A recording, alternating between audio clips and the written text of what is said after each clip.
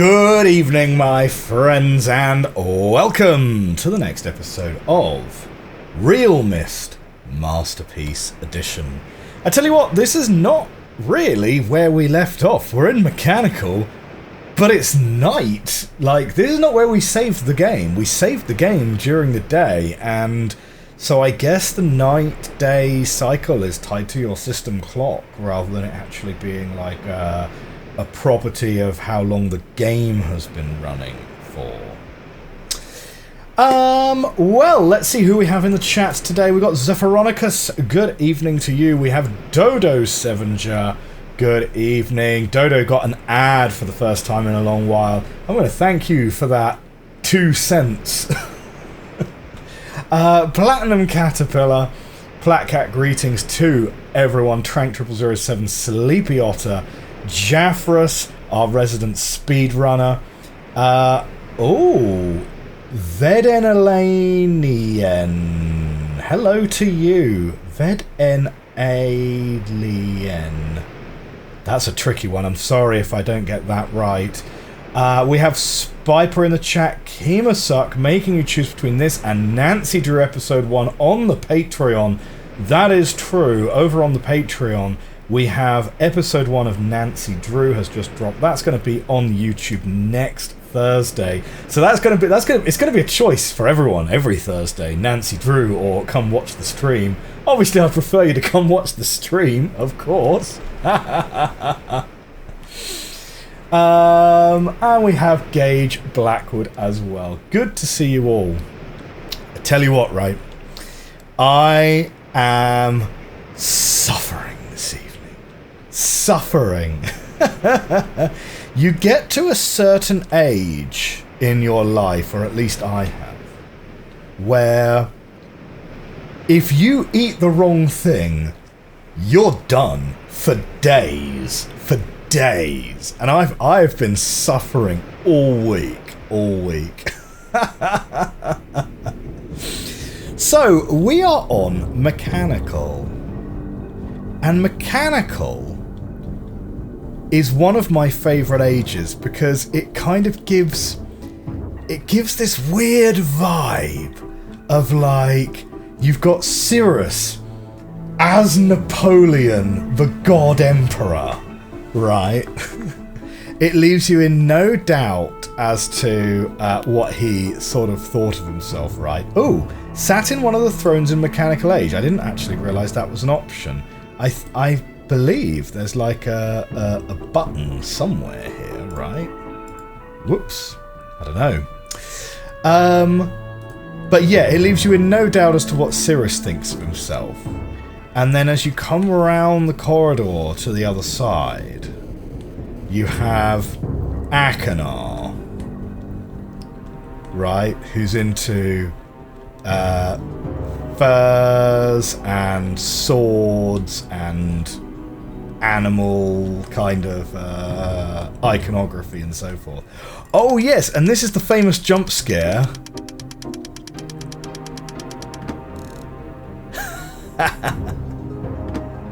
I tell you what, in Myst 2021, when you're not expecting that, that's genuinely a bit scary. It really does jump out at you.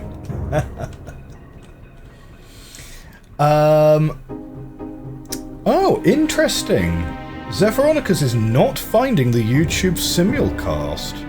Oh, that's weird. For some reason, it's defaulted to unlisted.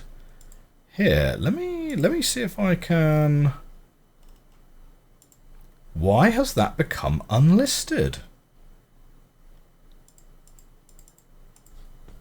I don't know, to be honest.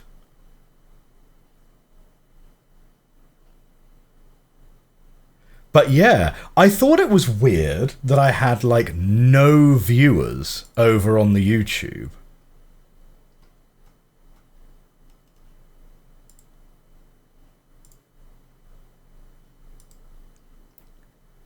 How strange. Okay. Let me see if I end that. Okay, dismiss this.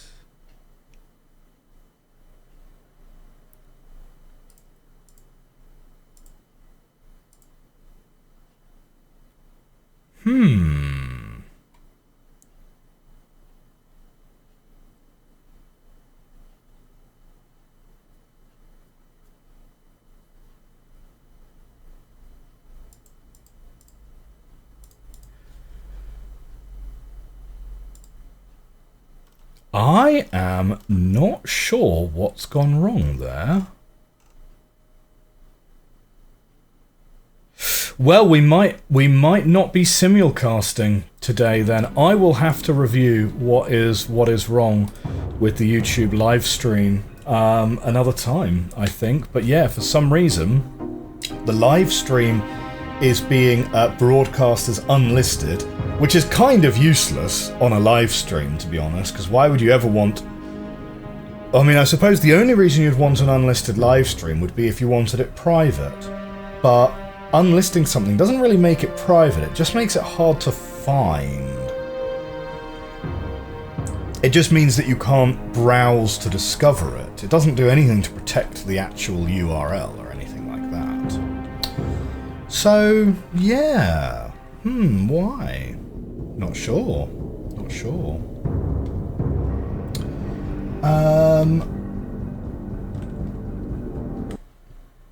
But yeah, well, let's also stop the target as well. But I will have to investigate that on another day. So if you're watching on YouTube in the future, I'm terribly sorry that we didn't get a live stream this time round. Bing, bing, bing. Yes, so what was I saying? Yeah, this was also the point of the game. So this was the last one that I did, and it was the point in the game where I was like, wait a minute, which of these brothers is supposed to be the good guy again? Because I was like, I'm not 100% sure either of these guys is the good guy. Because I was very much sort of working on the basis that, well, presumably Akonar's the good guy because he's the blue pages, and Cirrus is the bad guy because he's the red pages. And then I was thinking to myself, but wait, maybe that doesn't make any sense, because if Cirrus used the blue pages, maybe he's the good guy, and Akonar's using the red pages. And then I thought, well, maybe there's going to be like a subversion of expectations, and actually it's like nothing to do with that at all. I'm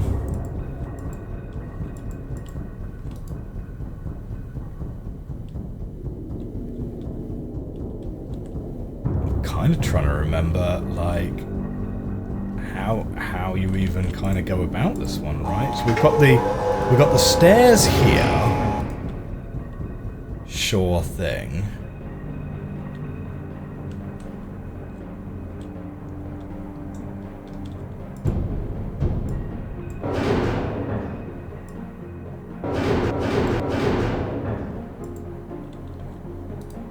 So that's now red. Oh, it's open. Good, good.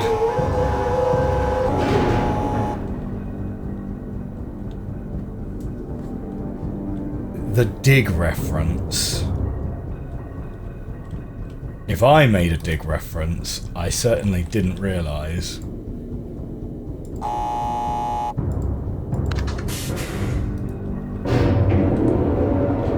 Oh.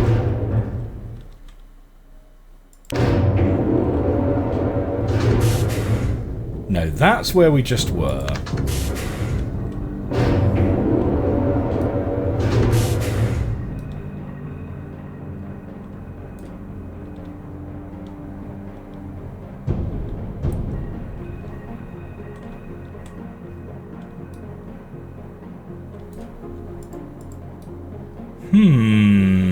Okay. So the lift drops us off here. If I recall correctly, there's something about getting up to the top of the lift as well, actually.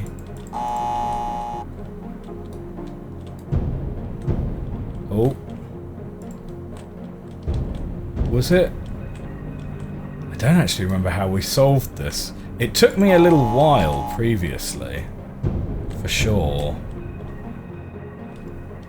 For anyone who doesn't remember, this has been a good couple of years since we've played this game, and I've only ever played it once. So We're definitely going to have a little bit of an experience together. I have a vague recollection that it was something like sending the lift down whilst you weren't in it. But that doesn't seem to be an option.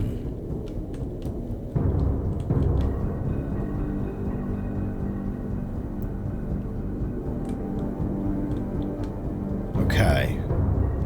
Let's examine these other areas as well. Let's examine these other areas first, because I'm pretty sure... Yeah, there's a hidden door here. But how do we get into it? It's like a hidden button or something.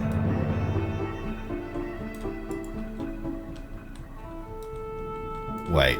If I'm sat in the chair... No, you can't actually see anything whilst sat in the chair at all.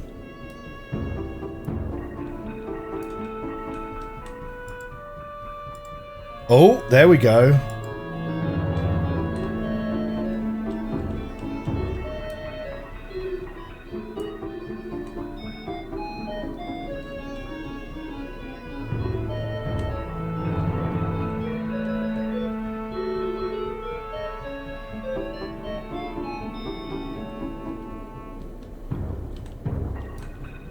Okay, so that played some music, but it didn't actually open the door.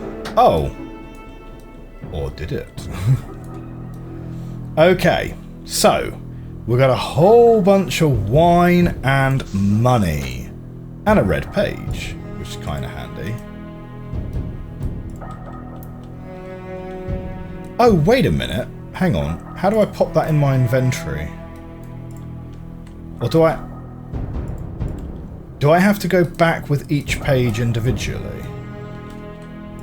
So I remember someone mentioning in the comments section back in the day that that yeah, you have to carry one page at a time.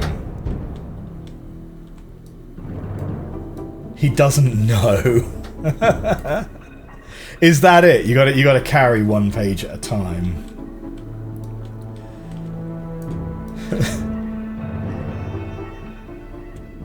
So that's Cirrus's page. Now we've also got this device out here.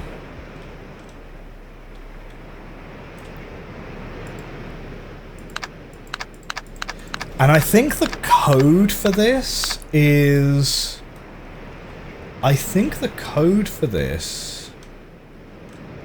is on one of the other branches of mechanical, which we totally can't see right now because it's night. Which would kind of be an example of it maybe not being super ideal. Like, if you're a new player, getting stuck because you do not have the ability to see very clearly. Fortress rotation simulator calibrating. Okay.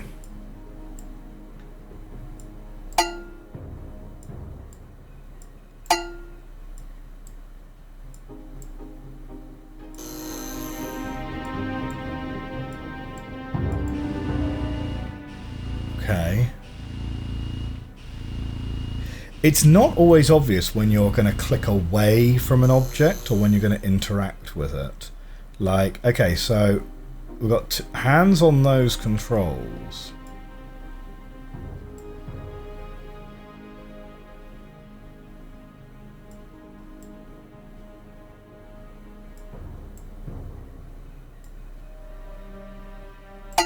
Oh, hang on a second. What's it doing there?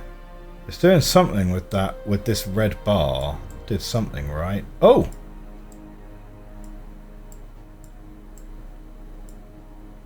Ah! Aha, aha, right.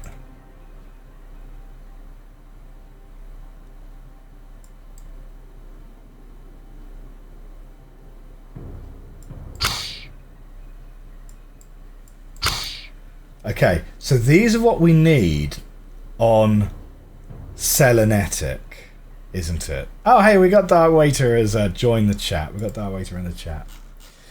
Right, let me go and find where our...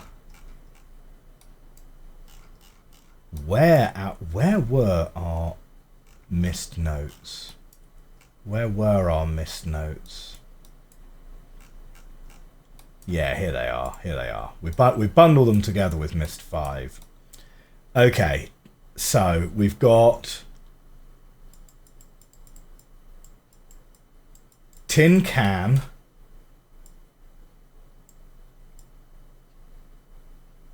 I'm gonna make a really bad windrose here. Whoosh, whoosh, whoosh, whoosh. Okay, tin can on this side. That's like a whoosh. Whoosh.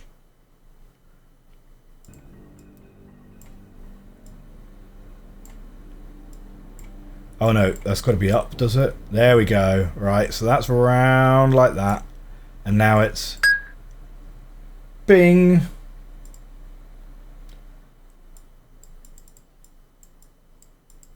Bing. And if we come around this side,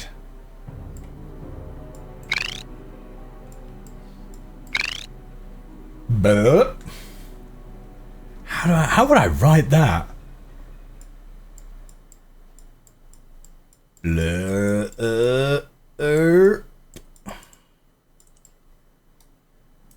Okay. That'll be a useful set of notes for later.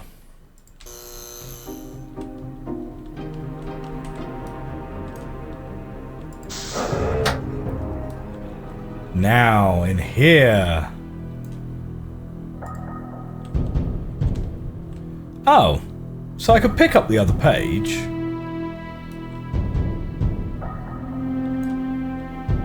Unless that made the red page disappear back to where it was before.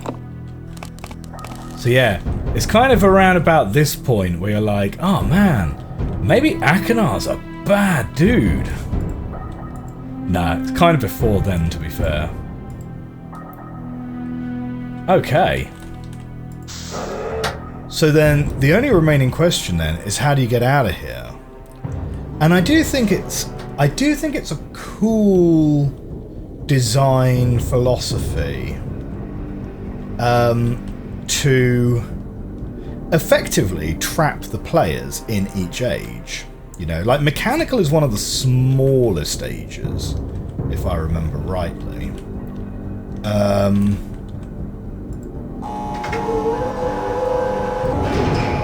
But I think it sort of does make sense because it prevents the player getting worried that they are... Oh, I see what this is doing.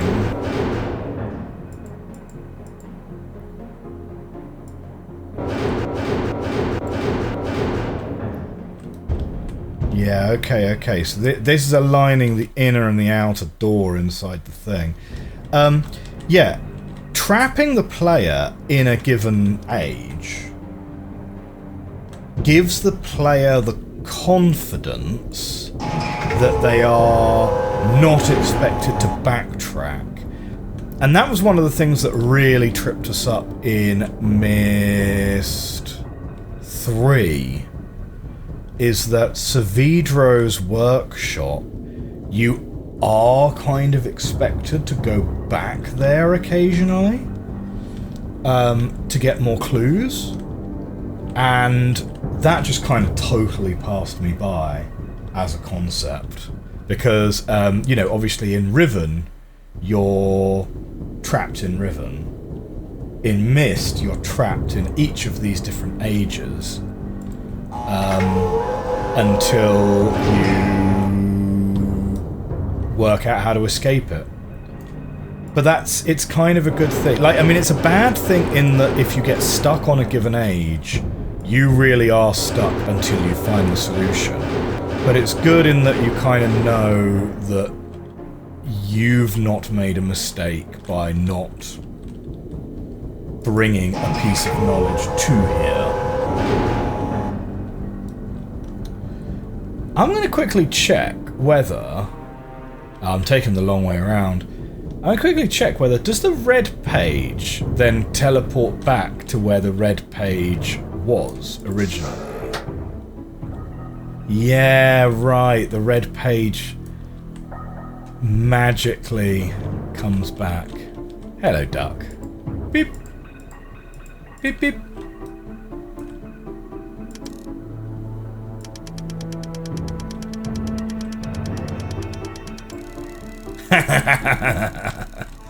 Nice.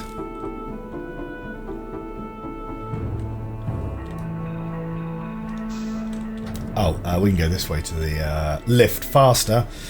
Yes.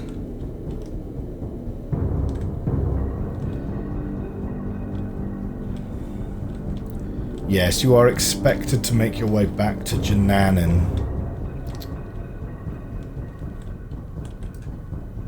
Okay. What's the middle button doing here?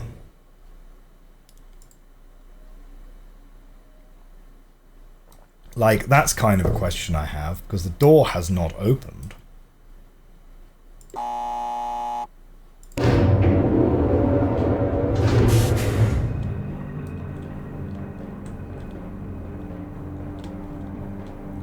It's quite dark, isn't it, this age?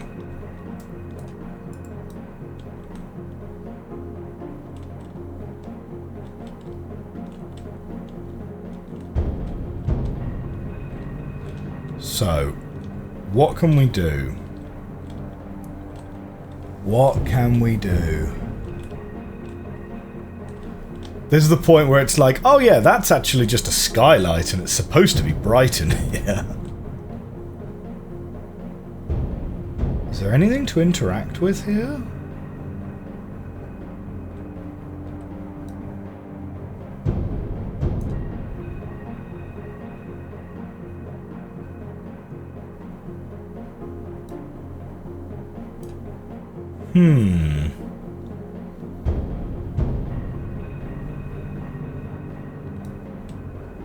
Kinda doesn't look like it. So it must be to do with these buttons.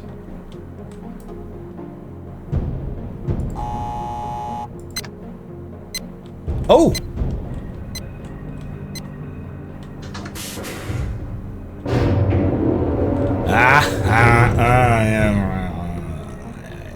Okay.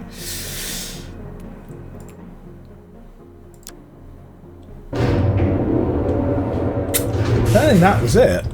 I don't think that was it. Here we go. Beep.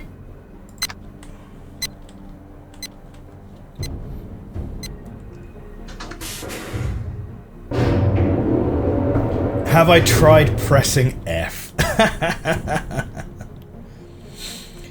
In your experience as Spiper, no streamer has ever thought to backtrack to Jananin, though it might be different if you play more than once a week. Yes, I don't know.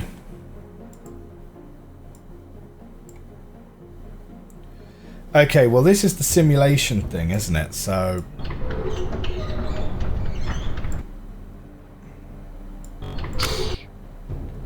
So that's a whoosh. That's a whoosh for sure, isn't it?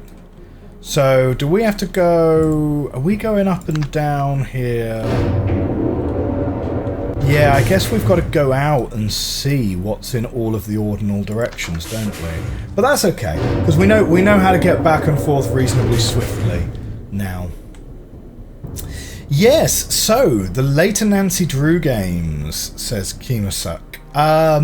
So I have started playing, and do you know what? I might immediately regret it, given everything that's coming out next week. But episode 1 of Nancy Drew, Curse of Blackmore Manor, is coming out next week. And I'm really enjoying that so far, actually. Like, it's pretty it's pretty decent. Yeah, not gonna lie. So yeah. So if you haven't played that one yet, I mean it's pretty retro, but it's not like old. I think it's like 2004, Blackmore Manor. But I decided that it would be a good place to start on some recommendations from people on the Discord, as it being a pretty good place to start. Mostly Kimasuk, who's a big fan of the series. But also, it's the one that's set in the UK. And it's brilliant. Like, the accents are absolutely great. And there's all sorts of puzzles which involve, like, Cockney rhyming slang, which are kind of good. But do you know what? Do you know what's kind of standing out to me the most about the game is that it's kind of weirdly. Hang on, let's time this quick. That's a bing. Nice. It's definitely like. It's got a lot of opportunity for tangential learning. A lot of opportunity for tangential learning. And I'm a big fan of tangential learning in video games. I firmly believe that there's a dimension to art which is underappreciated, and that is education. Like, good art, it's pretty uncontroversial to say that good art should say something, right? That it should have some kind of cultural statement that it wants to make. And you try to make sure that it's not, like, too derivative or pretentious or whatever, and that what you're saying is reasonably salient. But I also think that there's a strong aspect that good art should also give. It should give the it should give the participant something that they can take away with them. And that could be some kind of emotional impact, of course, and I think a lot of discourse around art focuses on the emotional impact of art, but I think it can also have an educational impact on the people participating with it as well. And it's clearly got a lot of puzzles which are basically just real-world knowledge dressed up as a puzzle.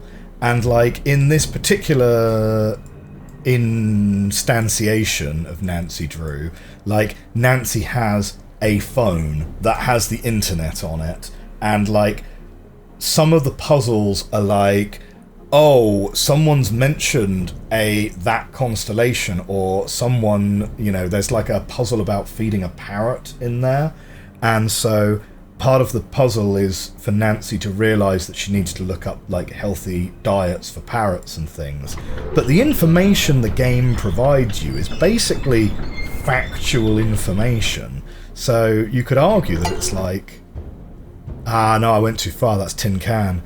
That it's sort of like a somewhat educational experience playing it, and, like, given the target demographic of being, like, teenagers, somewhat makes sense. That's a bing. But yeah, like, I think one of the greatest series of all time, Civilization, I think the strength of Civilization is, like, its real world, I don't want to say real world accuracy, because it is fantasy, but its use of real world historical things as part of gameplay.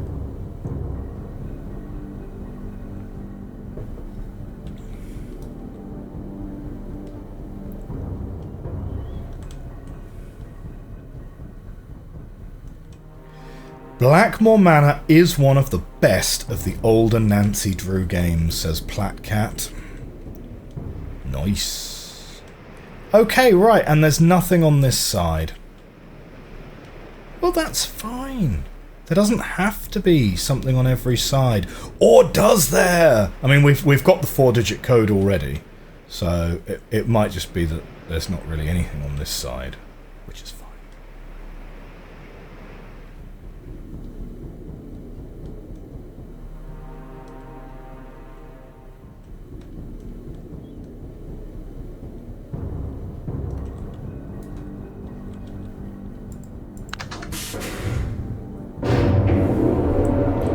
Play Exile by always swapping to another age after solving one puzzle.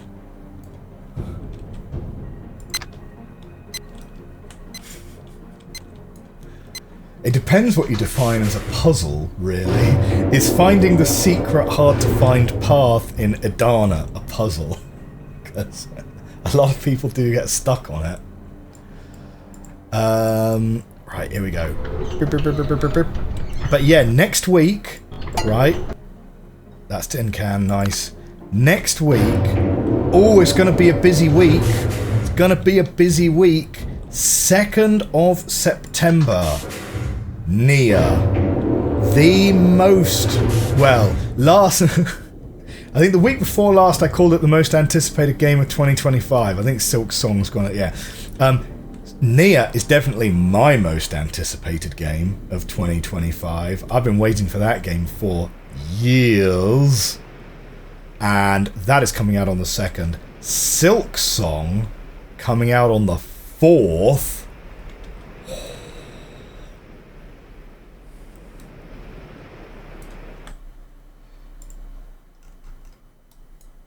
I am really looking forward to both of those, to be honest. Right, we need that one, and we need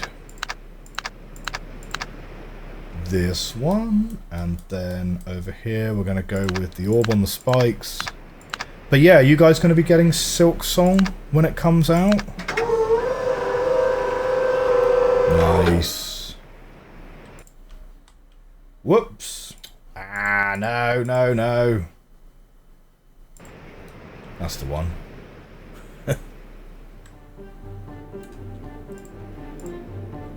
Mechanical Age found a way back from the Mechanical Age.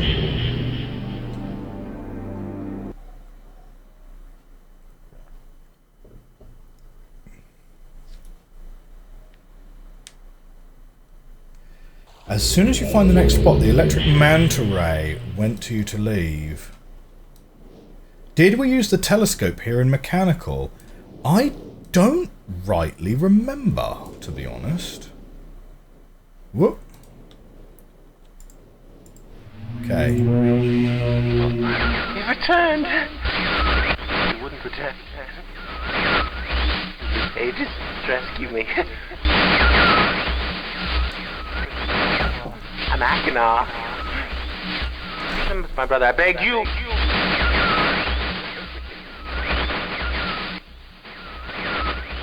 To be complete. Always blue pages. Listen to him.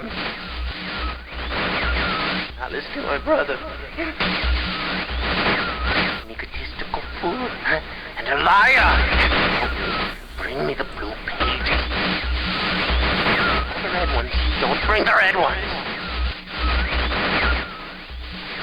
Implore you. He seems like such a trustworthy guy. Like, you could definitely believe that he's been wrongfully imprisoned by his brother. Because his brother just comes across as a bit of a bad dude, right? From the off. We've not been round Myst at night before. Oh. Oh, hey, look, we've got birds. Ah. Okay.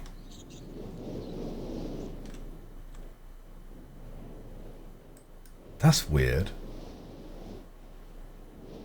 Yeah, the wind is kind of coming from a particular direction. It's like blowing into your ears or something.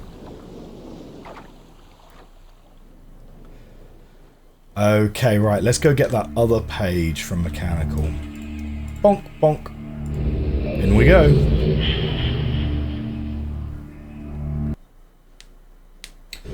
Spiper has personally got out of the habit of buying on release. I think that is a very reasonable point of view to hold, to be honest. Yeah. Buying on release day is always... It can be a bit of a rough exercise nowadays. I would make the odd exception, though. I would make the odd exception. But having said that, this is a retro gaming channel, almost, right? Most of the stuff we've played is like, oh yeah, spoiler alert for this game that came out like 25 years ago.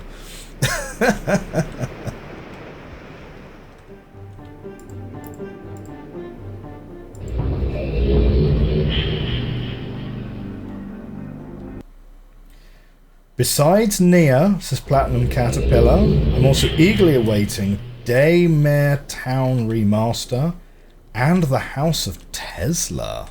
Ooh. You've returned. Thank you for bringing Riven. Like, he just comes across as super sus. So I was definitely thinking that Akanar was the good brother, and Cirrus was the bad dude. But then again, right, the environmental storytelling, particularly in the Mechanical Age, is like, no, yeah, you should, no. Definitely not Akanar. So I started thinking to myself, well, actually, maybe there's a little bit of a switcheroo going on here, right? And it was Mechanical that got me thinking about that, because you find the blue page in Akanar's half, and you find the red page in the room with the gems and the room with the gold and the wine. But then I'm thinking, wait a minute, whoa. The guy that's trapped in the red page, in the red book, why would a page from the book he's trapped in be in his room? Surely, if someone's been tearing these pages out and hiding them around the place, the person who's in the red book must be the person who has the blue pages in their half of the area, right? So I thought to myself, oh, well, wait a minute. Hang on. Maybe Cirrus is the guy with all of the animal, like, paraphernalia and the maces and stuff, and Akanar's the one with the gold and the wine. So I think, oh, well, maybe Akanar's like, you know... Maybe Akanar's greedy and a bit of a hoarder, but maybe Cirrus is the psycho, right? Okie dokie. Right, which age are we going to do next? We got Channelwood, Selenetic. Oh, well, do you know what, actually? Of course, what we're going to do... Audiobook Adventures, right? Audiobook Adventures, we said we'd do it in episode 2, didn't we? Ah, that book's seen better days. So what do we got? We've got Channelwood, Stone Ship. This blue one is... Oh, that's Rhyme.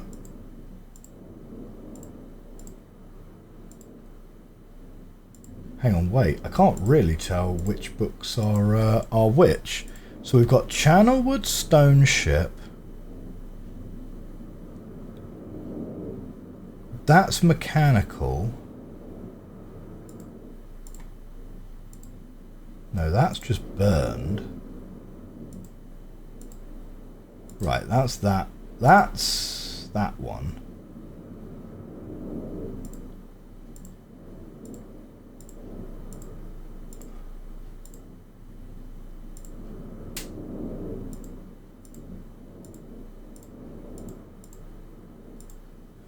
Huh, are we missing a book?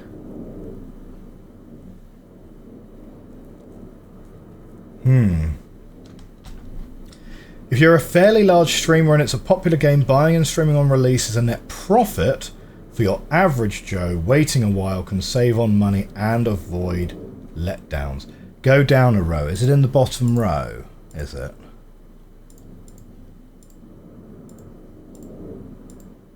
Ah, there's mechanical. Nice. Alright, cool. I can barely see it. Presumably it's the day-night cycle. Okay, right. Settle in. Let's reread some lore from back before the lore was really well thought out. I have called this age Channelwood, and it is a very different world. Though it is exactly how I imagined it, it is still amazing to see it with my own eyes. Water covers this age as far as I can see, except for a small rocky island. Elsewhere, there are only trees which grow directly out of the water.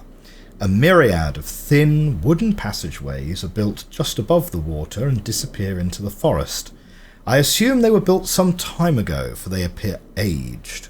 I am eager to discover more about this land and its people, but I've arrived here late, and I must rest. I was awakened this morning by strange noises coming from a pathway adjacent to the one on which I had slept. I saw a group of monkey-like people heading in my direction. They had not seen me yet. I did not feel threatened by their presence. Their response to me was one that I would have never expected. After staring at me for a short time, they fell to their knees and began what appeared to be some sort of ceremonial worship. I tried to speak to them, but they did not understand my language. Instead, they indicated through enthusiastic hand motions that I was to follow them. As we walked, I began to notice that the waters below us were changing colours. Slowly, subtly, they would change from deep blue to muddy orange, then from muddy orange to beautifully clear. I was so intrigued by the water I hardly noticed that we had arrived at a ladder. Climbing the ladder led us to their village, which is about 10 metres above the water and can only be reached by rope ladders that stretch from the lower paths to the village level approximately halfway up the grand trees. It is very interesting watching these people carry out their daily tasks. Even after watching them for hours, I did not understand exactly what they were doing. At sunset, they motioned for me to follow them. I followed the creatures to the doorway of an enormous hut. Strangely, once inside, I found that the hut appeared even larger than it had from the outside. The walls were garnished with bright metals, and in the centre of the hut sat the leader of these people. At least he appeared to be their leader, for he sat a metre off the floor in a thick throne. Guards surrounded the strong creature, who was dressed in many exotic, colourful fabrics. Next to the leader sat a very old human. At least to some extent he appears human. His hair, which was only on his face and head, was completely grey, almost white, and hung very long around his frail body. His thin head hung limply by an almost grotesque neck that could not hold its head up to look at me. But what a surprise! This creature could speak my language. Shortly thereafter, I was given a bed with some hand motions that looked to be telling me to go to sleep. I look forward to learning more. As I suspected, the ancient creature is a human, but he is old beyond his own reckoning and seems almost insane. However, the tree dwellers almost revere him as a god. They are treating me now in the same fashion, which makes me feel very uncomfortable. It is impossible to understand this old man. His voice is feeble but wild. He's adopted much of the language of the tree dwellers. He himself told me he had not spoken our own tongue in ages. He attempted to explain to me the history of this place. The following is my best translation of what he had told me. Many years ago, the humans and tree dwellers lived together in this place, which was then a vast island. They interacted very little. The humans dwelt on the ground and the tree dwellers lived high above the humans. Occasionally, the island was disturbed by mysterious rumblings which happened randomly, some sort of tectonic or volcanic action, I suspect. Then the sometimes slight, sometimes heavy tremors would only last a short time. Then they would stop, allowing everything to return to normal. One day, things changed. The rumbling began and grew quickly to unprecedented levels. Soon it became apparent that the entire island was sinking slowly into the ocean around them. Many of the humans died that day, but not before sacrificing themselves in order to stop the sinking of the island. The humans who lived through this catastrophe moved into the trees, where they gradually died out, maybe because they were unequipped for such an environment, but I'm not sure. This is the story the old man communicated to me. Although many details are very unclear in my mind, I am especially confused as to how the humans saved the island from completely sinking. In fact, I doubt the accuracy of that part of the story. The island must have stopped on its own. Maybe it collapsed on its own. Yet the old man believes in the truth of the story as if he had been there. And the tree dwellers worship him, and apparently all humans, as if they were heroes or gods. The old man ended our conversation today with an event which I will never forget. He began gripping my hands tightly, murmuring something about rest and asleep. Then he said, "We had expected you to come sooner." These actions filled me with a sort of immediate dread. With much effort, he stood to his feet. I tried to help, but he pushed me away with more force than I had imagined his frail body contained.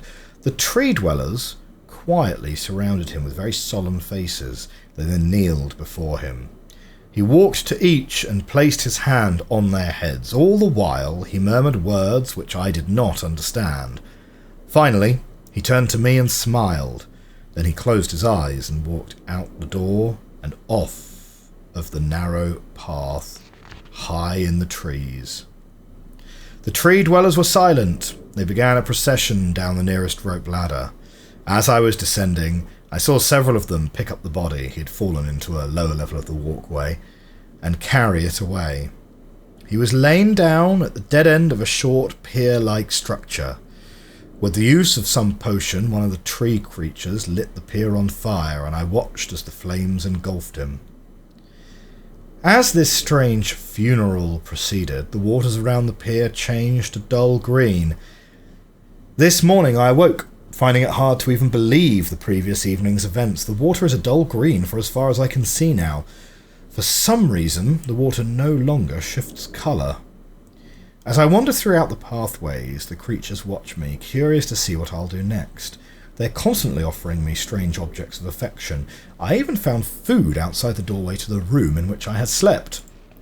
This is a unique race of beings. I hope to learn their language soon, that I may learn more from them. I have lived on this world for 3 months, off and on, and the tree dwellers have shown great hospitality. I'm even beginning to learn bits of their language. I've decided to return home for an extended stay with my loving wife and my sons. And this starts the journey of Atreus as an absent father figure. And hopefully return with them. However, I am sure Catherine will once again refuse. I think this age would be a wonderful experience for them all, and I at least look forward to how Cirrus and Achenar will react to its curious inhabitants. Catherine is staying behind, as expected. My sons have returned with me, and they enjoy this age very much. They get along very well with the tree dwellers and are picking up their language surprisingly fast. I've no doubt that it will not be too long until they can speak with the tree dwellers much better than myself. I am leaving tomorrow to check on an Osmoian age. To check on Osmoian age, okay. Query, chat. This is not an age we've ever been to. This presumably is one of the burned books, I imagine. Let's catch up briefly on the chat. These backstories, they give the ages a sense of intrigue and show how Atreus was pre-betrayal, more wondersome and enthusiastic, less tired and scarred. Yeah, I agree with that. Channelwood always made me think of the Good Friday earthquake that hit Alaska in 1964. Oh. That's not an earthquake I'm familiar with. That's interesting. They're honestly one of my favourite part of the whole franchise. They treat Ages in the Art as something exciting. Cosmic Osmo reference came from the Hypercard era. Yeah, I mean, the setting and the lore in Myst, I think, is one of the most intriguing parts about it. You know, I think if you hadn't had the lore, Myst would have been a competently put together puzzle game that people would have forgotten after 10 years. You know, it's the lore that I think really makes Myst a magical experience to play. Absolutely. Cirrus has suggested that I allow him and his brother to stay, though the idea unsettles me. I know the boys are growing up rapidly. The hospitality of these creatures is such that I could think of no better place to leave them alone for a short while, so I will consent to their request. I warn the boys not to take advantage of the respect the tree dwellers have for their ideas. They seem to understand my warning, and I have faith they'll follow it. Much to my dismay, upon arriving in Everdunes, I learned that Pran and her people are continuing to be menaced by the Cocktick. I fear for their survival and plan on returning to her shortly after checking on Cirrus and Achenar here. See Everdune's journal for more information. After watching Cirrus and Achenar, I see they are handling things very well, and I think I can put to rest any fears about leaving them in Channelwood again. And for a little longer time. The tree dwellers seem slightly distressed that I'm leaving, but are happy that Cirrus and Achenar are staying behind again. I have been gone for over 3 days, and have been to many different places. I had to tell Cirrus and Achenar about Pran's death today, and they were visibly shaken, although they only remembered her from their childhood. Catherine has suggested that it would be wise for Cirrus and Achenar to leave Channelwood for a while, and I have to agree. They will be returning with me when I leave again. I have told my sons that they'll be returning with me in 2 days. They spent the entire night telling me of an adventure they experienced in my absence, and it was rather remarkable. It seems they constructed a boat with the creatures and travelled some ways out into the surrounding waters. I enjoy hearing them talk excitedly of their adventures, and am reminded of my own adventures as a child. I finally understand why the tree dwellers have been giving me their many inks and insisting I write with them. Looking through some of my past entries, I see now that the inks have changed from the black I thought they were to various different colours. I've shown some of the creatures my journal, and they laughed and howled. I did not know they had such a sense of humour. Even now, as I look through this very colourful journal, I cannot help but laugh myself. We will be returning tomorrow, so my sons are with the creatures for the last night here. They've told me they would like to come to Channelwood again, and also asked if they can visit some other ages alone. Though I'll have to think over their request, I believe they've proven to me that they are trustworthy and responsible. Catherine will also have to help me decide whether they are ready for travel alone. For now, I must give my farewells to the creatures, for I do not know how long it will be until I visit this age again. I don't remember if that map of Channelwood is important or not, to be honest. I'll take a picture of it. Okay. Oh, that's the end of Channelwood. Spiber's double-checked. Osmoian Age wasn't on the 96 calendar. We've got excerpts from Everdunes, Gravitation, Shimar, Heralding, but not Osmoian. Can I just go and play Cosmic Osmo? Nice. Next one we have is the Stone Ship Age. Emmett was the first to live on the rocks. He named them the rocks because that is what they were, a group of sharp rocks clustered together in the middle of a large sea. This was where Emmett lived. He enjoyed his life. Emmett would occasionally swim to nearby rocks, as it was never too far of a distance. One day, another person appeared on the rocks for no apparent reason to Emmett. Emmett named this new person Branch. Emmett and Branch quickly became friends, swimming and hunting for fish together often. Emmett showed Branch the simple cave in which he lived on the largest rock. Soon, Branch discovered a place where he decided to live, also on the same large rock.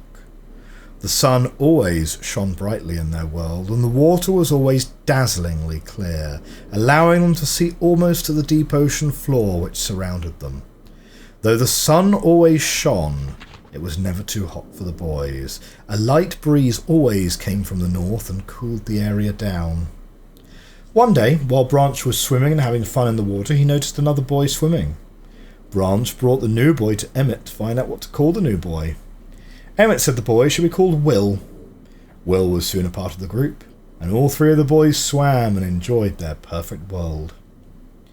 At least, that is the story I was told when I arrived today on the island. Emmett, Branch and Will were surprised to see me at first, but even before the night ended, we were all becoming good friends.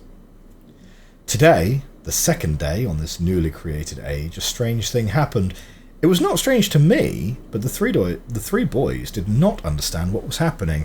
While I was relaxing under a large tree on one of the smaller rock islands, it began to rain. It was a nice rain that lasted for about an hour in the morning. I explained to the boys that the rain was not harmful, yet they obviously still feared it. Before going to sleep tonight, I told the boys I would leave the following day. I told them that while I was gone, I would make a surprising change in their world. They didn't understand. Not that I expected them to. I still do not fully understand what happened today. I was experimenting with the art, testing the limits of the rules as dictated to me by Father.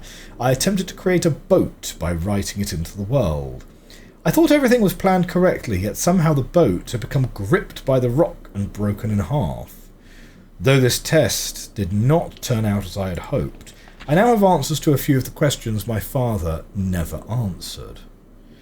As for the boat, I can see the boys enjoy it anyway, and with that I am pleased. They have played on it all day. Even though the boat cannot move, I've enjoyed studying from it. It's a much sturdier platform than the jagged rocks. In the course of my observations, I've learned some very interesting things regarding the solar system of this age. The nights are absolutely beautiful here. I've made note of and named a number of constellations that pass above me.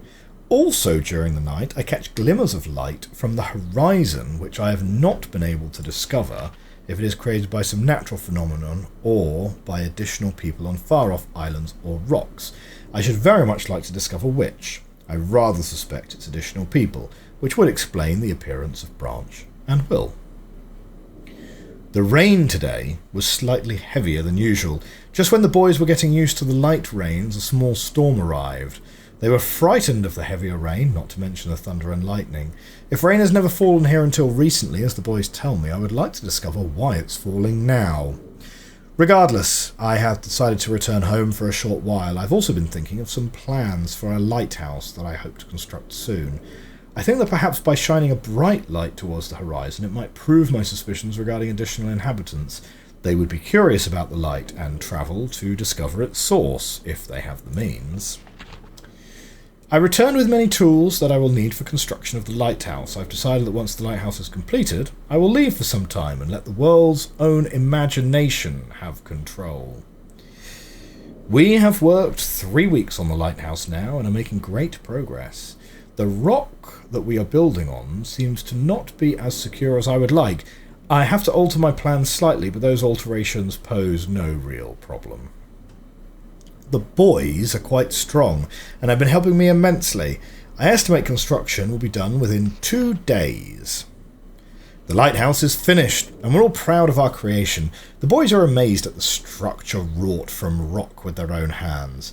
That evening we powered up the generator, much to the boys' dread at first, and shined a great light to the horizon for many hours. I stayed the night in top of the lighthouse, and in the morning awoke to observe the sunrise without my being coated with the chilly blanket of ocean dew I had become accustomed to. It was Will who first saw the girl. She was swimming not far from the boat, where Will was getting ready to hunt for fish. Then Will noticed a man not far away from the girl, and was very pleased to meet the additional neighbours. I feel pleased to leave this age. I've set in motion events that have nothing to do with writing or the art that will have a more profound impact on this world than I could ever have written. I think of this age as a gift to myself that I will wrap up and open someday in the future, only to discover that it has changed so much that indeed it is a surprise. Besides, I've yet another new age that awaits me. It seems I'm going to need some way to travel underwater in this new age, and so much planning is in order. Let's take a little bird's eye view of the stone ship age, little map for us to remember. It has been 10 years since I left this age, which I have since called the Stone Ship Age. Upon returning, I cannot believe the changes that have taken place. The original 3 boys have grown into adults, and there are many new faces that I do not recognise. Branch told me that it has not rained for 7 years, and the cool breezes are back again. They're all very content and have been serving me with new foods and showing me new materials they've discovered. It even seems they've found gold somewhere. I see it in many forms around the island. My lighthouse has been kept in perfect condition, and it looks as if they've tried their very best to keep it so. Yet I've noted that the entire rock it was built on has sunk approximately 40 or 50 centimetres. After a wonderful visit with my old friends, I wonder aloud with them what things will be like here in another 10 years. And that, my friends, is Stone Ship. So this one will be Selenetic.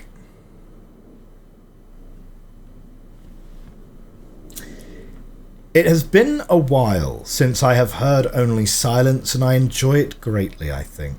For some reason, yeah, without these kids around, am I right? What? Ah, they're like this all the time. They want drinks and snacks. Yeah.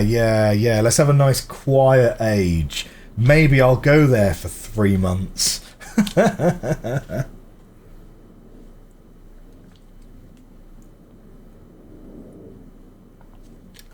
The Stone Ship guys would probably have 0 problems swimming the channel. The English channel, well, yeah, maybe. I mean, the English channel is very narrow. I think it's like 45 miles across at its narrowest point, which you know, I mean, like, not to put too fine a point on it. I mean, like, my personal best is to swim like 300 meters, right? That's like my personal best. Less than 30 miles at its narrowest. Okay, cool. So yeah, I wouldn't be able to do it.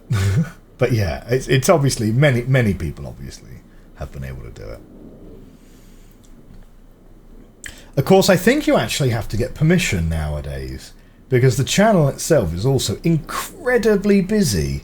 It's a very, very busy waterway. So, yeah. The Bering Strait is like 45 miles. Oh, right. Although the Bering Strait, that's between Alaska and Russia, right? That's the Bering Strait, unless I'm mistaken. The gap between Russia and Alaska, is it not a string of islands? It's like an archipelago of islands, right? It's not like the contiguous landmass of Alaska is 45 miles from Russia, is it? It's got 2 islands in the middle, Where it's tiny. Ah, right, okay. Understood. It has been a while since I've heard only silence, and I enjoy it greatly, I think. For some reason I do not feel altogether welcome in this new world in which I've arrived. But how can I be unwelcome in an age with no inhabitants? It is, of course, only in my head. This world is very beautiful, but I think I've yet to ever write in a journal that an age I've linked to is horrid or disgusting. From the grassy hill where I'm standing, I can see green fields below, along with a few scattered forests. A rather large lake looms some distance from where I'm standing, yet the water's blue can be seen plainly from here. The air is fresh, and the sky is sparkled with white clouds. It is absolutely breathtaking, and yet that strange feeling again. Perhaps it's the hot breeze that continues to blow from the north, hotter than I would have imagined. It almost singes my skin, and I feel quite uncomfortable when it comes. I'll try to ignore it. Night has almost arrived, and the sunset is spectacular. Oranges and reds have settled above the western horizon. Though night has come, the horizon still glows red long past the sunset. Dark reds flow from the horizon and blend into the black sky. Again the feeling, and I'm beginning to believe it is not all in my mind. I must sleep now. I'll need my strength to explore more tomorrow. I've had to return home due to unpredictable natural occurrence, more frightening than I've ever experienced. I was awakened by terrible shakings in the ground and explosions on all sides of me. Gigantic balls of fire were falling from the sky, and I immediately left in fear of my life. I must remember to bring a Myst linking book with me when I return, in case the one left there has been destroyed or damaged. I've returned to a different world than the one I left only 3 months ago. It has been transformed into a barren, desert land, with only gigantic craters scattered across the land to provide variety. Strangely enough, the small grassy hill where I spent my first night remains exactly the way I found it. Apparently the falling meteors did not hit this area, leaving an oasis in the midst of this horrible desolation. The hot wind, I remember, has turned into a rather pleasant breeze, which is at least one improvement. I fear it's the only improvement. The magnificent lake I saw on my first visit is now completely dried up. However, another lake now exists and appears to be quite a bit larger. I assume one of the falling meteors created this lake due to its circular shape and the jutting rock that grows out of the centre of the lake. The rest of this world seems like desert, although I will verify that statement with closer inspection. Though this world has little visual excitement to offer, it offers much to the ears. Sounds constantly flow through my ears, and I have found where a few of them originate. It seems, as Catherine said, I do find beauty in everything. Last night I was awakened by a horrible hissing. I was sweating, and the heat was so intense that I immediately dipped my head into a nearby stream to cool it down. The hot breeze had returned, along with a low roar from the ground. I walked a short distance to observe red flames shooting up from the earth. Suddenly the ground began to crack, and a huge chasm opened. The chasm continued to grow until it was far too wide to cross, then the tumult subsided, leaving only a dull roar. I've decided, however, I can use the chasm to my advantage. Perhaps the heat from the chasm can be harnessed. Even as the chasm has ripped into the surface of this world, it has opened up a whole new world to explore. Although uncomfortably hot, I found it impossible to reach a cave in the chasm that had been created, and have now explored deep into the crust of this planet. I found a vast underground cave system that will take many years to map and explore. Yeah, trust me, if you don't have the map, it does take a while. I will also look for a safer way to reach the underground, then through the chasm wall. This age seems to change on its own, so I feel I should leave again to see if things are different when I return. It's also important that I check on Cirrus and Akinar and make sure everything's going along well. When I return, I also hope to bring back some tools I need for my plans to explore the underground. The abundance of raw materials here is beginning to amaze me. I've returned with some of the complex tools I knew I would be needing. I assumed I would have to return for more basic materials, however it seems as though I will be able to find everything I need here. Of course, iron is abundant, but I've also found titanium occurring naturally. I'm all the more excited to begin work. Everything is set, and I look forward to tomorrow. My raw materials are all here. I think I'll be able to have most of my additions to this age completed within 1 year.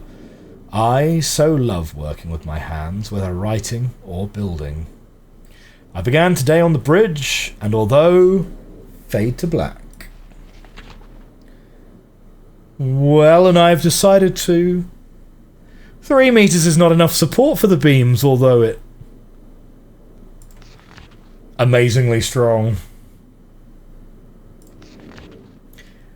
Has to be one of my most prized inventions. I am extremely...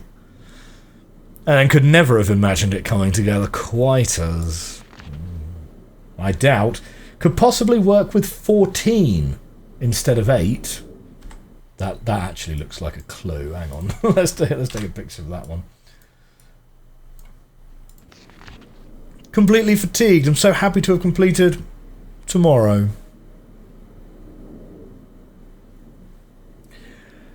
I am leaving today in order to bring back Cirrus and Achenar. I have left them alone in Channelwood. I believe they'll enjoy all there is to see here. The age seems to have stabilised. I believe the meteors set off a period of volcanic activity by piercing into the shallow crust, but the tremors have become few. I've just noticed that a large amount of this journal has curiously vanished from the very pages on which I wrote over the last 18 months.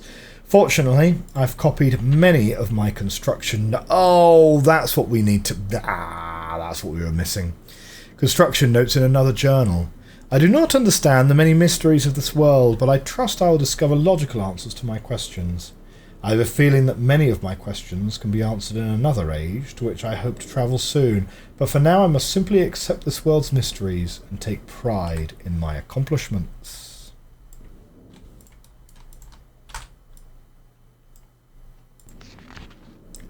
Ah, yes, looks a bit like a crater, doesn't it? Or volcanic. Okay, and then we have mechanical, which is the age that we have just completed. Before arriving in this age, I was determined that it would be a journey to a world very different from my previous adventures, and it was. The sky here is dark and grey and incessantly displays flashes of lightning in the distance. I met a very old man with a long beard and hair that hangs to his waist. He's very feeble and has trouble even moving. This man has obviously been through very many things in this strange world, and I've learned many things from him. He's told me an interesting story of this world's history. Years ago, he told me, there was a beautiful city that rose up out of the water. It housed many people inside its walls, and the people had everything they wished for. The city was surrounded by 3 high hills, which rose higher than the city. On the east hill of the city rested a large lookout post. The people of the city had constructed the post expecting visitors to arrive from the east. The people had no means of travelling on the water, which forced them to merely wait for friend or foe. As time passed, friendly visitors brought rumours of an enemy that existed beyond the horizon. The people grew fearful, yet nothing happened. One day, the usually sunny sky became as dark as night, and black ships appeared on the horizon. The lookout posts' attempts at peace were turned away, and the sentries there were easily overwhelmed. The ships continued to wreak havoc on the city, apparently destroying everyone and everything. After the foundations of the city were destroyed, the city sank deep into the ocean and only the lookout post remained. The black ships sailed away. The man continued to say that 8 people had hidden and managed to survive through the attack. In the 9 years since the attack, 2 of the survivors had died. He also said that it was rumoured that 10 years from the attack, the enemy would return to finish the destruction had started so long ago. I've decided since hearing the man's story it would be admirable to save this civilization and stop this enemy's plan of destruction. I'm excited about the adventure that awaits me, and an idea has sparked in my mind to provide the needed defence for these people. I met the remaining survivors today and have begun work on a plan for protection. After a short absence, I've returned to this age with my 2 sons. They have, as of yet, travelled rarely with me, and they are understandably excited to be here. They've grown considerably since Everdunes, and it is already obvious to me that they will be a great help this time, instead of the nuisance they've been in the past. All 3 of us, along with 4 of the healthiest survivors, began construction today. We're building upon the old city's ruins, which will provide a perfect foundation for our fortress. My sons have been spending much of their spare time on the South Island, where most of my materials are stored. I'm very pleased with their intelligence, and their creativity is refreshing to see as they work on some small projects of their own. It's been over 4 months now, and construction is going well. My sons love the world, except for its grey sky. They detest the grey sky and tell me many times they wish the sky were like the blue sky in Myst. The old man I first talked to tells me that the enemy is due in 4 months. I feel we will be ready when the time comes. The man reminds me of Emmett in many ways, and I often wonder how Emmett and his people are doing. It's been 6 months of work, and we have finally finished the fortress. It rests between the 3 hills, which are now only islands due to a rising water level that the people experienced after the attack. Inside the fortress, I have designed a most intriguing device. It makes use of a technology called holography. I began experimenting with it on my visits to Aspermere. It will be working in a couple of days after I compensate for some small miscalculations. This holographic device will enable the survivors to learn to use the fortress. The enemy is due to come soon, and I trust the fortress will provide sufficient protection for all of us. And here we are. The black ships have come. Their attack was substantial. Their weapons have been stopped, and it appears they have turned away in defeat. I cannot help but smile as I watch the boats leave. Last night we had a small celebration, and the old survivors danced their dances of old. My sons did not understand why the sky had not turned back to its original blue. The old man told them that the storms would never end until the enemy was destroyed. I assured my sons that a blue sky was not worth the risk of death, and they seemed to hear me. I've had a healthy adventure, and have begun work on a new book. Once again I must leave a familiar age in search of a new universe I have begun. But first I will have an extended time with Catherine, who I miss very much.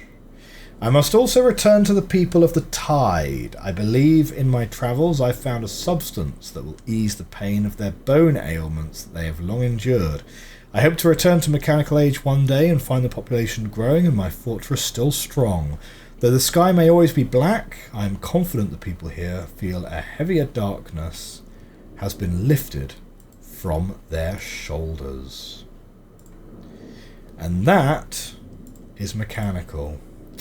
Now, do we read rhyme now, or do we read rhyme when we're ready for rhyme? I think we read rhyme at the appropriate time. So, with that, shall we go to Selenetic next?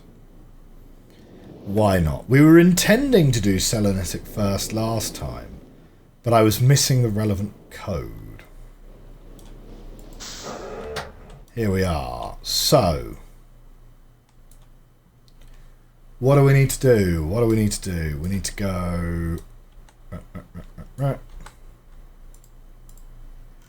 Let's bring this up. And with the power of rotation, we can turn it that way. Okay.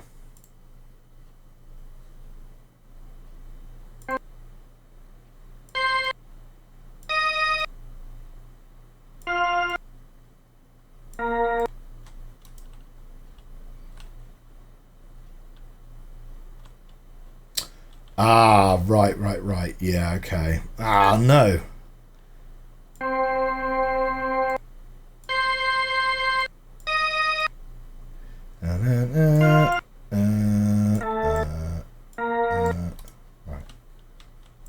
Right, okay, let me get my C again.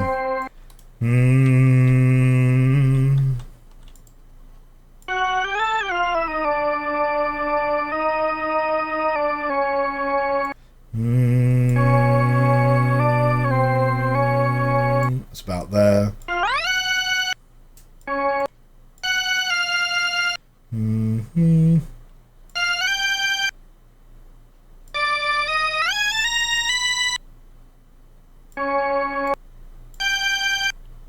That's not an octave.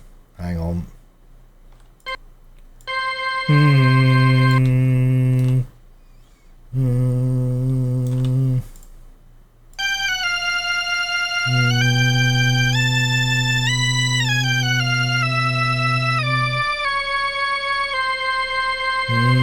It's about there, isn't it?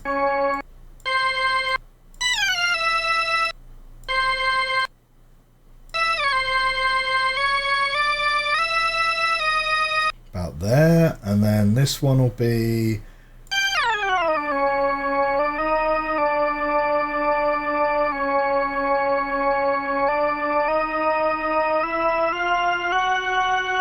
about there, and then this one will be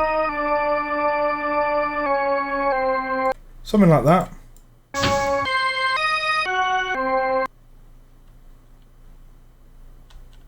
Did it do it? No. Okay.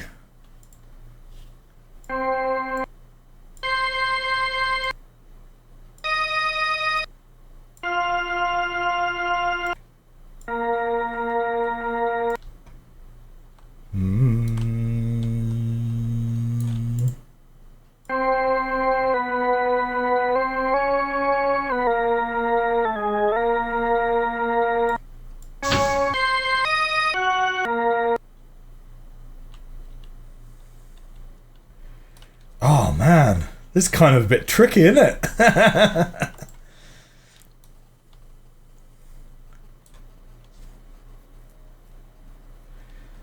Remember that time in Uru when we linked using a hologram of a linking book? Oh, I don't know. PWJB, yes, unfortunately you missed story time. You missed story time, I'm afraid.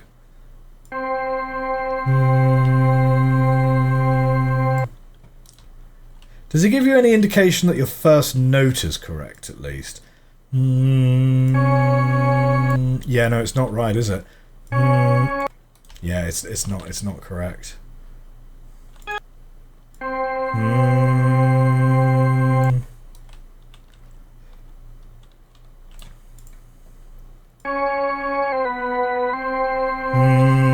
That's it. That's it, that's the one.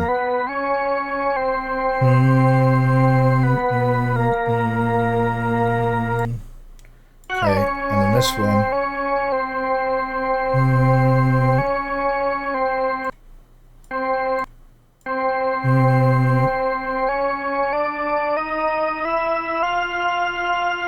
Yeah, that'll be there.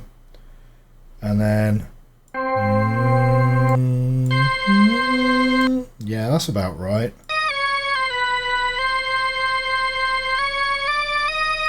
That's got to be about right. Yeah, all right. There was a time where I could solve this without playing it on the training piano. What?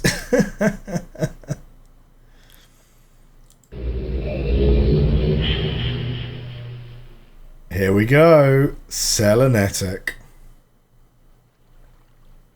That's a tricky one, that, isn't it? It's a tricky.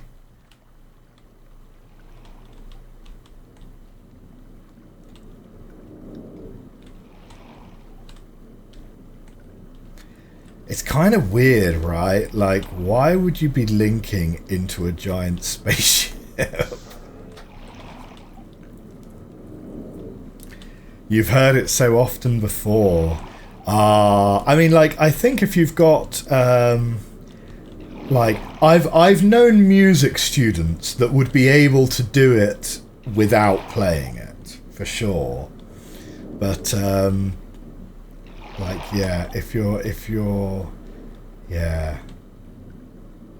When I was at university, because the college that I was at university was really big on music, and there were a lot, and we used to hang around with a lot of music students. Like one of my very good friends on the corridor in which I lived was actually dating a music student, and one of the guys on the corridor opposite was also a music student, and it was just amazing. The things they could do are absolutely amazing. Like, I mean, I played piano when I was younger. Like, I got up to grade 5 or whatever, so I played a bit, but these guys could really play. And what I think was really interesting about these guys who were actually like studying music, right, really studying music, is they could all play like 6 or 7 different instruments. And then like one year for charity, what they did was they did like a charity thing where they would all learn a new instrument, and they would all learn a new instrument and pass their grade 1 exam within a week. And it's like, what? You guys are mad. I mean, like, grade 1 is like, okay, grade 1 is like what you give to like little kids who are learning to play. But like, you still have to be able to play. Like, it's definitely not easy. I have learned the kazoo for charity. So funnily enough, right, there was one person did drop out, and but they already had the exam booked, right? So someone stepped in with like an hour's notice, which is mad. Now this, I think it was like, it might have been viola to cello, or it might have been like cello to double bass. So they could already play a very similar instrument, and then they went and sat the grade 1 exam for a slightly different instrument that they didn't know how to play, but like it was a very similar instrument, and they did it in like an hour. They learned like the pieces and stuff, which is like that's yeah. I think being musical, I think, is such a talent. My big one. So here's a fun fact that not very many people know about me, right? But I'll tell you guys, because you know it's like circle of trust, right? And I'm sure you guys won't mention it to anyone. But aside from playing the piano when I was young, actually, what I spent most of my musical time doing was singing. And I was a big singer in a local operatic group. And so, well, light opera. We mostly did Gilbert and Sullivan, to be honest. But yeah, that's what I spend. That's what I expended most of my musical talent on, to be honest, rather than playing instruments at all. But it's how I cultivated such a deep timbre to my voice over the years.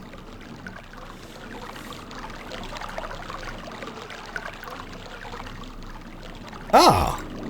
Well, that was easy to find, wasn't it?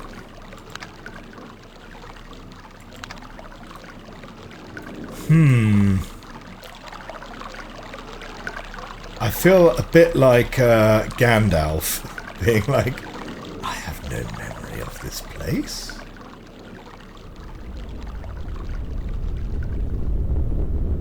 Oh yeah, you got the rumbling tummy. The I've not eaten a snack for a couple of hours chasm.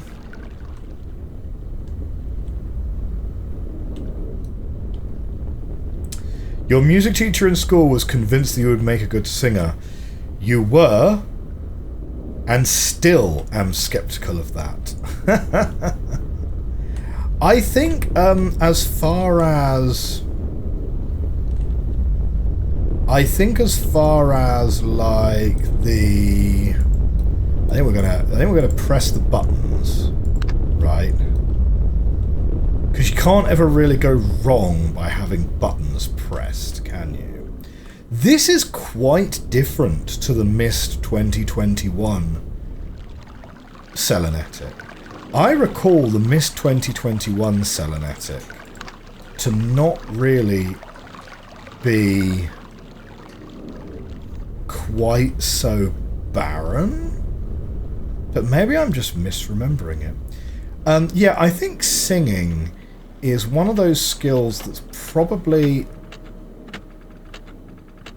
fairly easy to go to attain a basic level of competency at, right? Like, it's admittedly, right, not everyone can do it. Like, when I was younger, I kind of assumed that everyone could sing, right? That there wasn't really such a thing as being tone deaf, that being tone deaf was something that people who were too embarrassed to sing said because they didn't want to.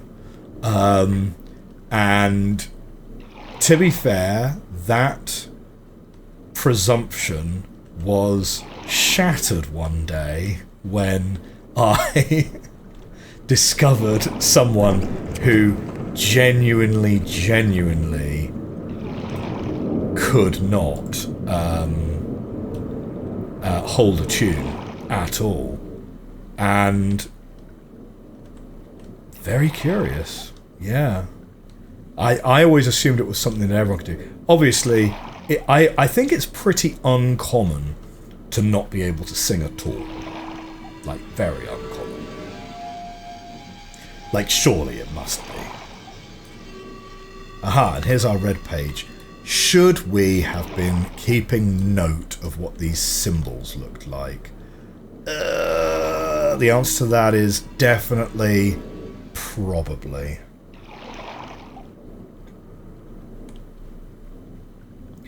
Us linking using a screen instead of a book here. That bit where Yisha makes us link using a hologram would have gone in a pass at the time. Could say that Yisha learned the hologram trick from her dad. Maybe a bunch of other rule breaking too, like linking from a cloth or a tunnel. Yeah. Like, it's kind of a bit like you know, how a lot of the criticisms of the later Star Wars films are actually things you could level totally at the original Star Wars films as well. It's just that no one does.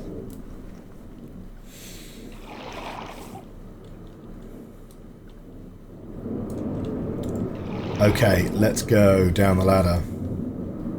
After the latest Myst remake, though, it feels like Cyan decided that no, Atris can't make screens that link people.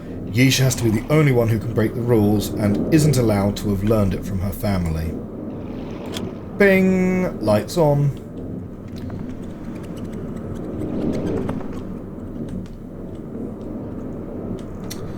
Yes, well, they make a big thing about the...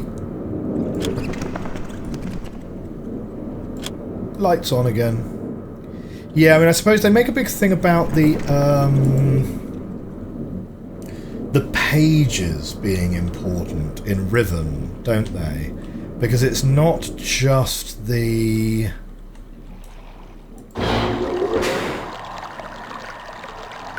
it's not just the inks that's important, it's also the paper itself, isn't it?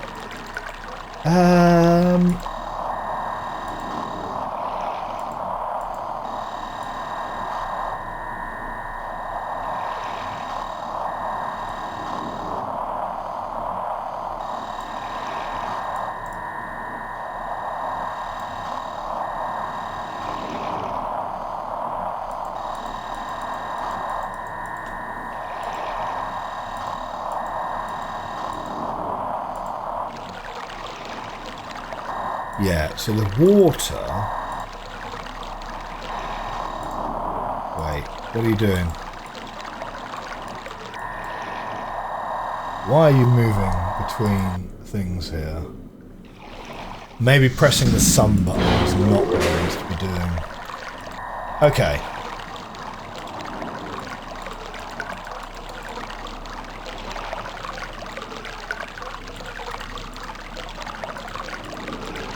I mean, the lights are lighting at me, aren't they? So... Now, from where that is... Do you know what? I think I have a,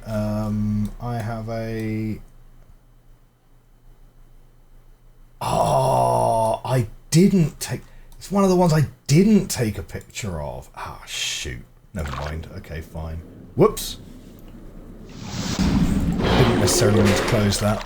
Right, 133. So it's going to be sort of around this area.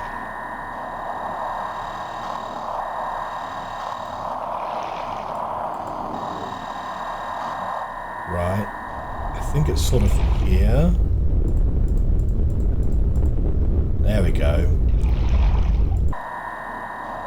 Then the clock, that's sort of even further to the left, right?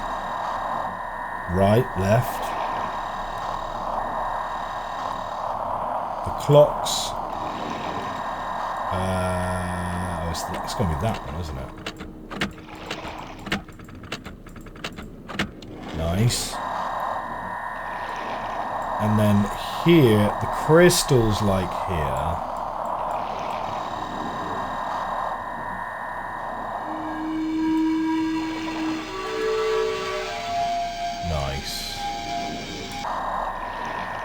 Now, where's the last one gonna be? Okay, it's not the clock. This poor clock probably isn't even right twice a day. I think it's over. Yeah, that's it, right? Cool. So 133, 1.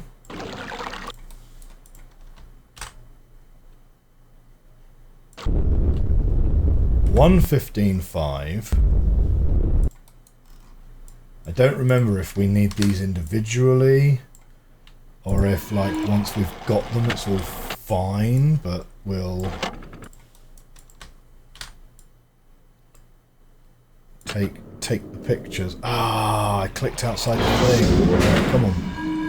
Right, 15.8. And then 2026. Okay, and what we'll do is we're going to hit the sun.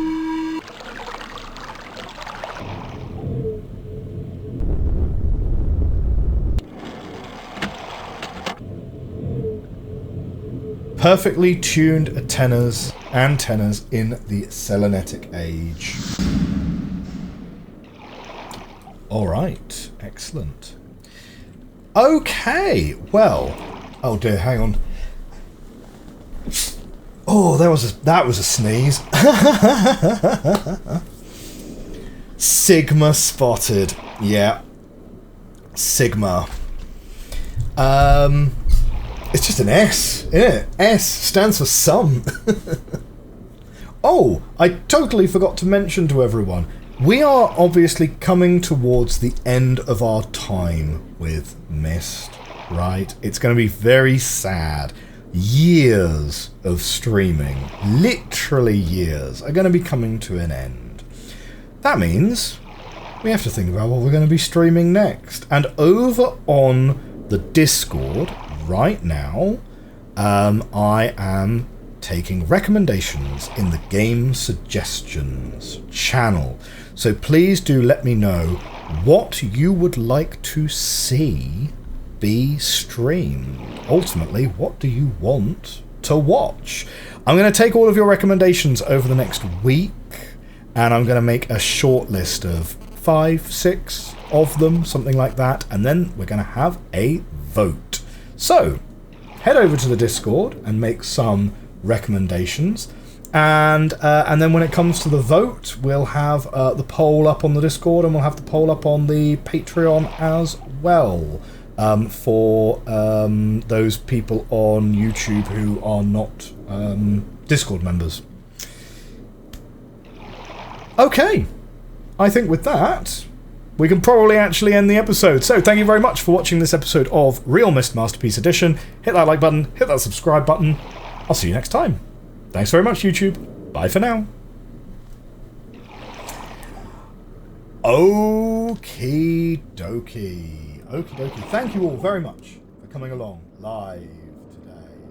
Let's see. Check if you're